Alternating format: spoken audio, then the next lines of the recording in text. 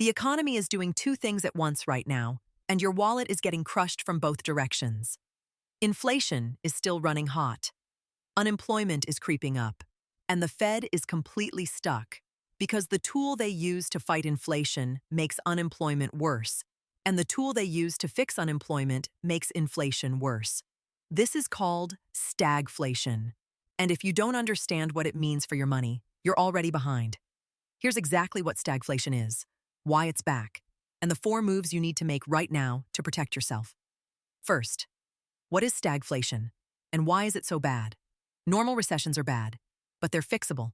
The Fed cuts rates, borrowing gets cheap, businesses hire again, economy recovers. Normal inflation is also fixable. The Fed raises rates, spending slows, prices cool down. Stagflation is what happens when you have both problems at the same time. High inflation and a slowing economy and rising unemployment. The Fed can't cut rates to fix the jobs problem because that would make inflation explode. They can't raise rates to fix inflation because that would tank the economy even harder. The last time the U.S. dealt with serious stagflation was the 1970s. Gas lines, 13% inflation, unemployment above 9%.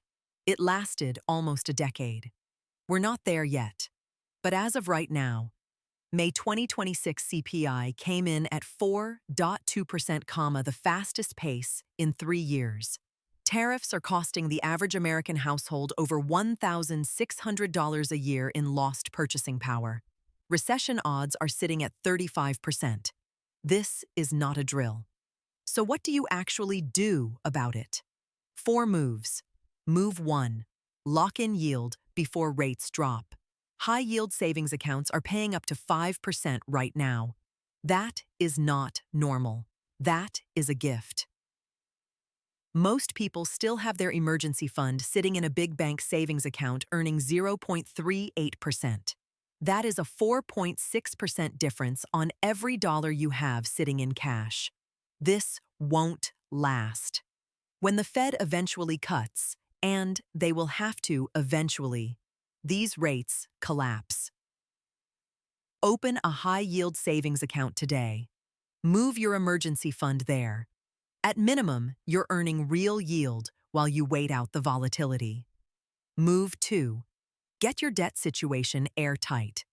In stagflation, variable rate debt is your enemy. Credit card rates, adjustable rate mortgages, HELOCs. These can move against you fast.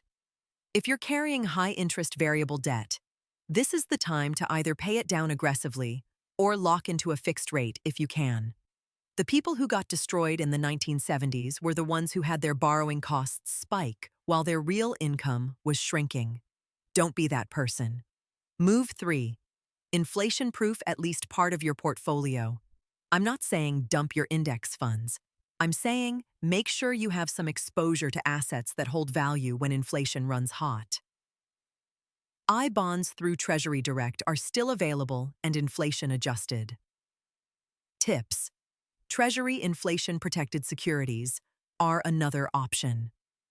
Commodities and energy tend to perform in inflationary environments. You don't need to go heavy here.